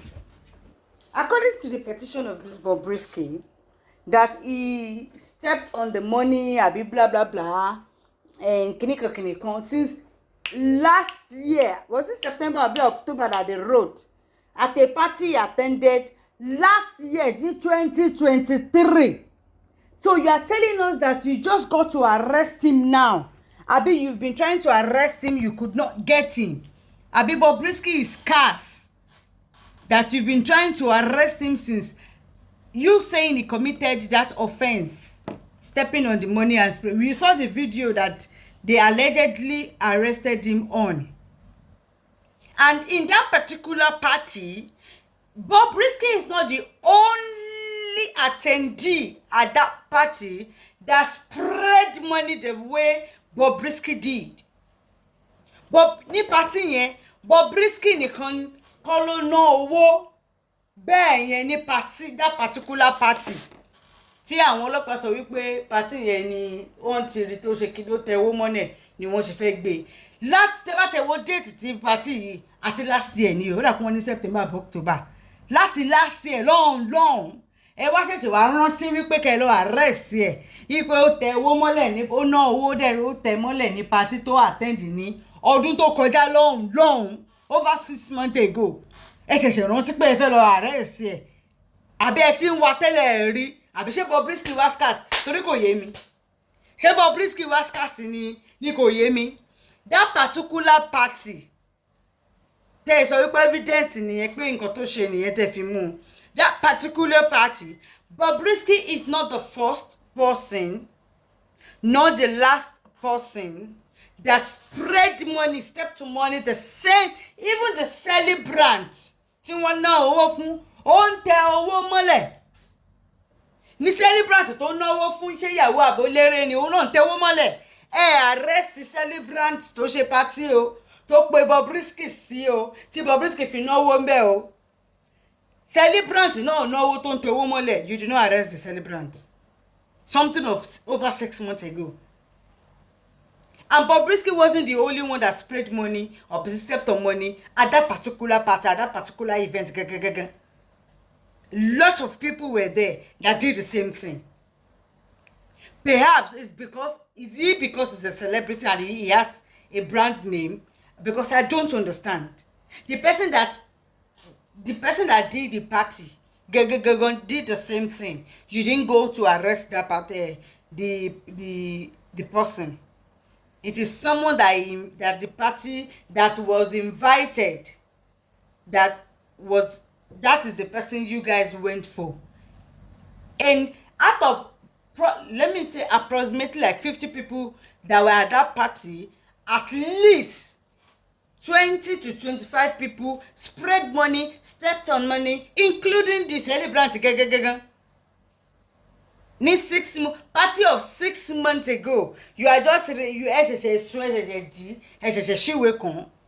mean, this is ridiculous now. I mean, let's drop the whole sentiment, I mean, whatever.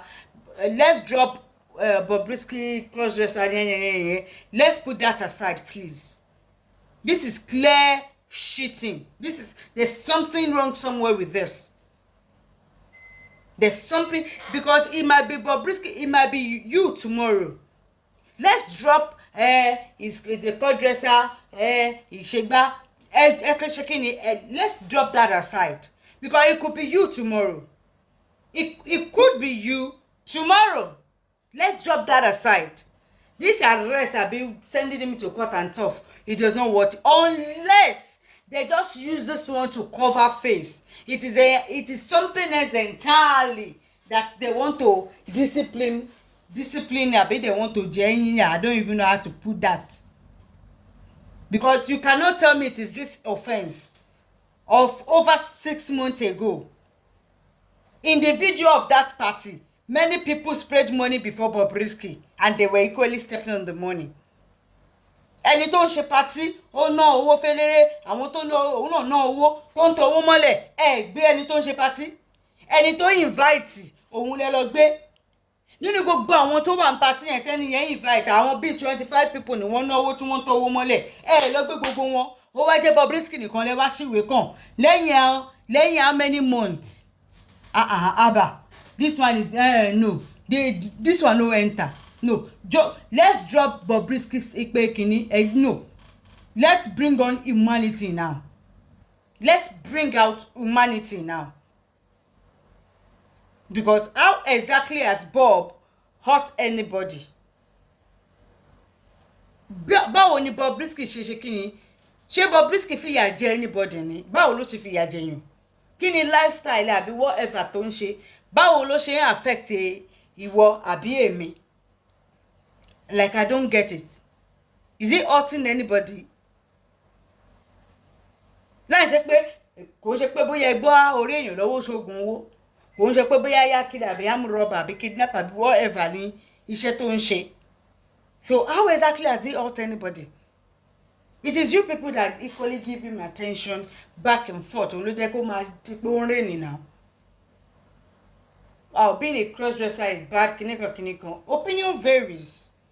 If he was a cross-dresser, if nobody paid him attention, he wouldn't be where he is today. Honestly speaking, talking about him, dragging him, is the reason why he got the fame and got all this money in the first place. Can he pay everybody BS? Honestly speaking, but let's put all those ones aside. This particular reason why they said they arrest him and he's going to jail this one no enter. Eléyìí wọ́n kọ eléyìí bẹ́ẹ̀ pé wọ́n mọ̀ fẹ́ fìyà jẹ yín ni ó dẹ̀ lè jẹ́wọ́ lọ́la nìkan báyìí lè ṣẹlẹ̀ sí. So èèyàn kọ́kọ́ lè manipulate ọlọ́pàá kó fún wọn lówó ẹni yìí ó ṣẹ́ mi ó bú mi ó yá ẹgbà 100,000 ẹ bá mi lọ gbé ẹ kọ̀ wá ẹ̀sùn kankan sí lẹ́sẹ̀ kẹ́ gbé lọ sí ilé adájọ́ mo fẹ́ kó lọ ṣọ̀wọ́n ọ̀sẹ̀ mẹ́ta ọdún mẹ́ta oṣù mẹ́ta nínú ẹ̀wọ̀n. That is exact bẹ́ẹ̀ mi ṣe I might be wrong but that is my own opinion. This is somebody that this particular this thing nonsense that they said he did is just a cover up. It is just a cover up. They cannot tell us what exactly is being held for and who exactly sent them. You know, for some couple of days now, although Bob is always trending, that is how he got his money anyway. And you pushing the social media. Anyway, that one aside. I think he has a record with Very Dark Man, Shagidex, and Tunto. I don't, like that. But notwithstanding, what is actually happened is somebody using the police to do their dirty job. So it boils down to, that is how I see it. This offense that they say he committed is just a cover up. They just want to discipline him, and somebody is behind it. Somebody, so anybody can just, this person we have a quarrel, whatever. Ọlọ́pàá, ó yá gba 200,000 yìí. Ẹ competition, ẹ lọ arrest ẹ. Ẹ wá ẹ̀sùn sí wọn. Just take this 200K. Just this person, go and, discipline this person for me. Just write any petition and write anything there that he did. Just bring anything out as an offense to just, to nail on him. He did the offense. He didn't just nail any offense on him, Jare, that will go with it and take him to court. I want him to be jailed for 3 months. I want him to serve for 3 years. Take money, take 300K. Money speaking. That is what is literally happening. Somebody somewhere is paying the police to to discipline him. In Kote, in your conova behind it. It is, and my mind is telling me it could be Tonto because Very Dark Man does not have the connection to do this. Very Dark Man has no connection to do this one. No, he doesn't. Even Jides does not. He doesn't. Anything, the person that had a rancor with him, it'll probably be, they've been acting rancor is not a new thing. It's Tonto Odike. Tonto Odike, if my own opinion is right, as I explained it, it is going to be someone with a big influence. And out of the people that is having rancor with on social media, you understand, the person that I see that can press those buttons is Tonto Odike. I might be wrong, but judging on what's on social media, it might allegedly be Tonto Odike. Even though Bob comes out, tells you that Tonto Odike borrowed money from him, Kiniko, honestly, I believe that one. You know, many of the celebrities, especially the females ones, they love to clinch with Bobrisky. And do you know the reason why? Because Bobrisky get confirmed clients when it comes to top G guys. G guys, no be smelling G guys. We go collect $100, begin to mad up and down. We go collect $1,000, begin to run mad. He get contact, jokes apart, yo. So when it comes to àwọn olówó tí wọn kì í pariwo tẹ́ẹ̀rín lórí social media, he get am. He ṣe kí ni? He dey pimp now. Are you guys forgotten? This one of the boy of Abiga Jagaban. I've forgotten this guy's name. I can't remember boy you. To man tẹ̀lé Abike up and down, she back on fat, back on here. Have you forgotten that Bob? I don't know. I think he paid him. He has like I think a porn site in your Bob. He makes money. In Bob literally, you know, his fame and everything is because he knows how to use social media. He knows what social media wants. Negativities, abuse, and all that is what gives you fame. Mandikis, that is saying òun lọ̀gá àwọn olóṣó ni mí mo fẹ́ ṣe kíníkan wòlíì ni kò ṣe gbogbo nǹkan tẹ́ ẹ̀ rí tó ń sọ yẹn wàláhì kò ṣe. That is what nǹkan tó ń reign, nǹkan tó máa get attention àwọn èèyàn lórí social media nìyẹn.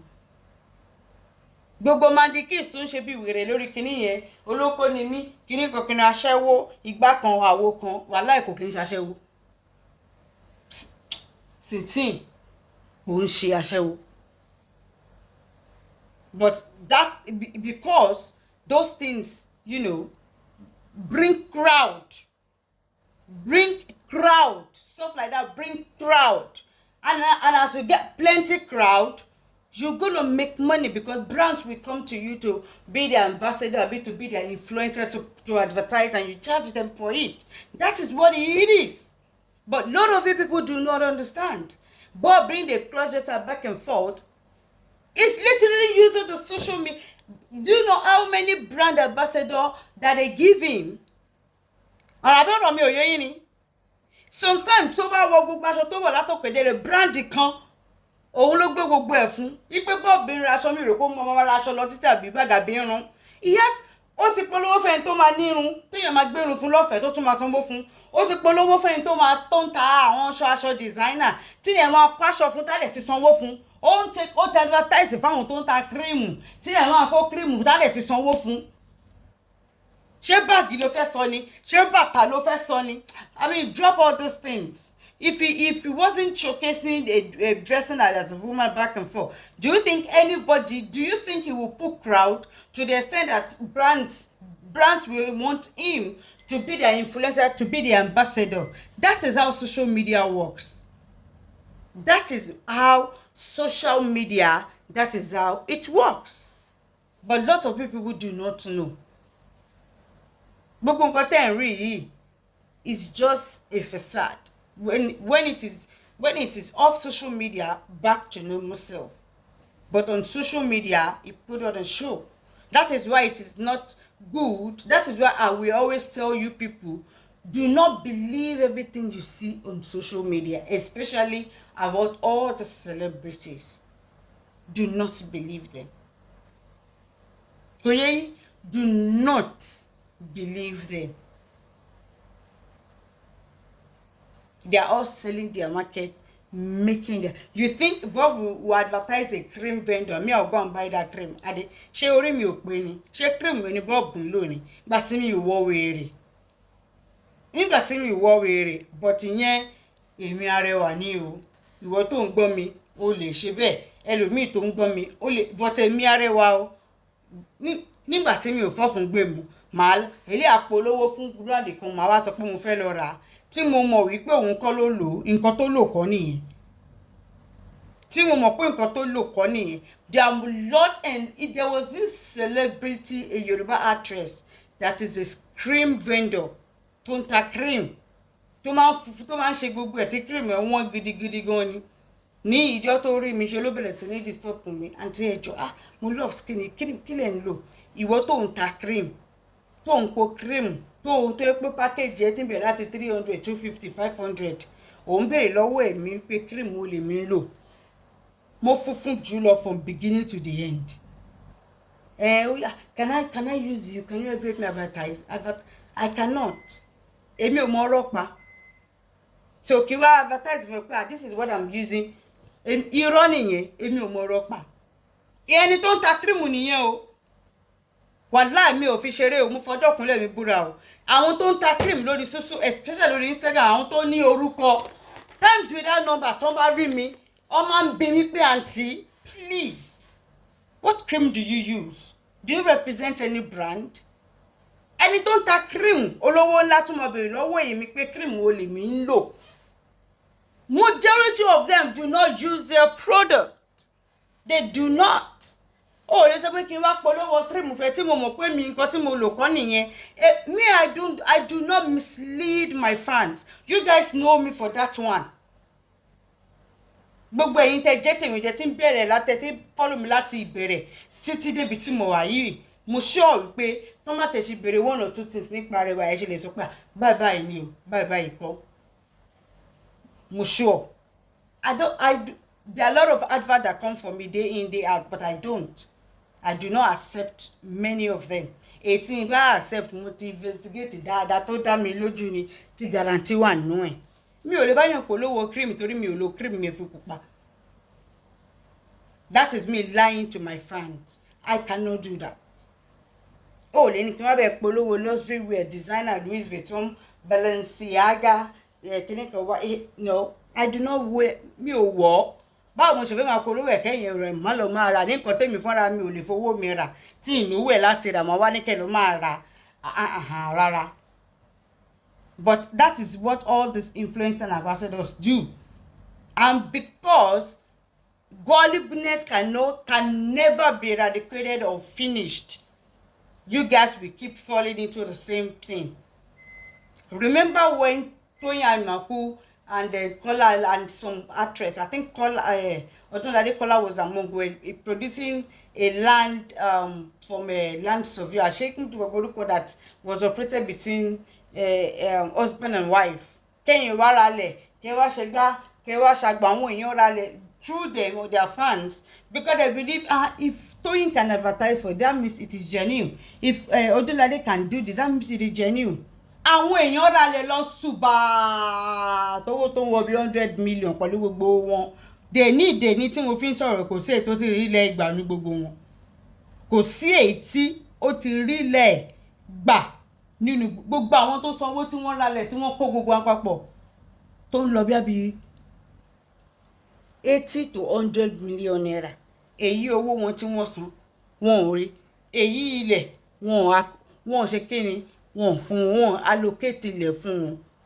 And they all brush it by it because of the celebrity Eho Toyin, Eho Odunlade. All of them rush to.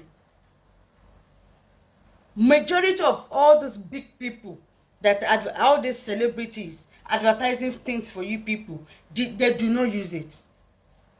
99.9999999. Wallahi, they do not use it. That's why if anybody comes to me most of the time, Arewa, can you give me a business advice? How can I grow? How can I shake back?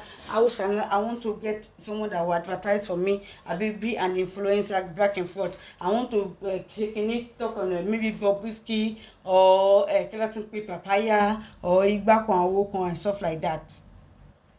Alone capital business. Of only capital 2 million to have invested their online business. I want you people to know is that everything is online and people that even have working shops, they do not sell in shop, they close it down. Everything is social media. And the sweet part of selling things on social media, you do not need a huge capital to start. You can start at as little as 500, a million, 2 million. Gradually it will be going there. Social media business is not a business that you want to start for the first time and then you go borrow money back. Money will say you no get, you go to borrow everything, can't join and put. They don't do that. The sweet of social media business is you can start with little money. In fact, you can start with no money at all. There's something they call drop shifting. I have people, lórí wig tí mò ń tà yìí. I have some people that are doing, that will, I give them my pictures and video and everything. They have advertise if I want to fair raja.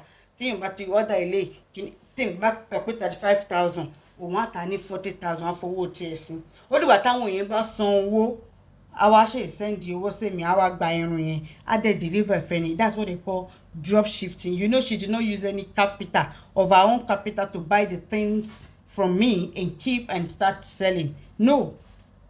That is what they call drop shifting. So there are a lot of ways to go about it. But if I buy business for the first time, or influencer ambassadors, celebrities to low one, like to put on my polowo, or show bonita.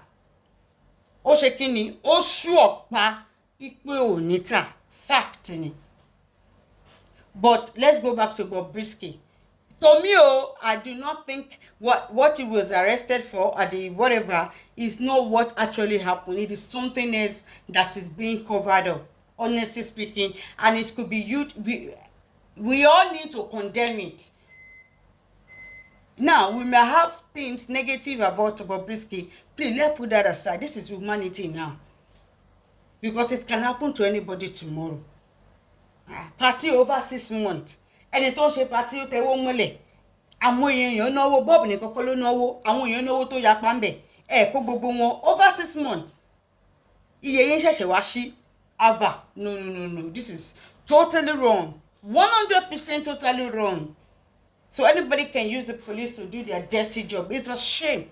We need to speak against it. Because it can happen to you or me or anybody you know tomorrow. If you are using Bobrisky Kweko, you are making jest of him, in beefing him and all that, you are happy to what is happening to him. Kiniko.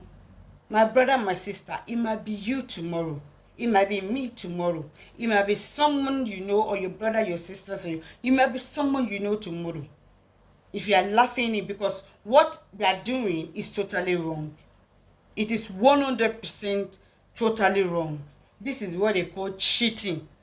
If they want to do, if this was the case, they should have arrested the person that did the party. Maybe they saw the video. It was a video that they saw that it was, matching the money. They saw the video. That's an evidence. They will get the full video of that event. Who did that event? They contact the person. All the people in the event that they came, that they spread money, they're supposed to pick all of them one by one. They will not be saying, okay, it will be clear. But just to arrest one person over something of over last year, 6 months ago, this is not fair now. If you want to arrest him or discipline him for something else, please tell us his offense, genuine, not this one. This is a cook-up one, just to cover the whole thing, just to justify what you're doing, and this is very bad. We need to speak against it.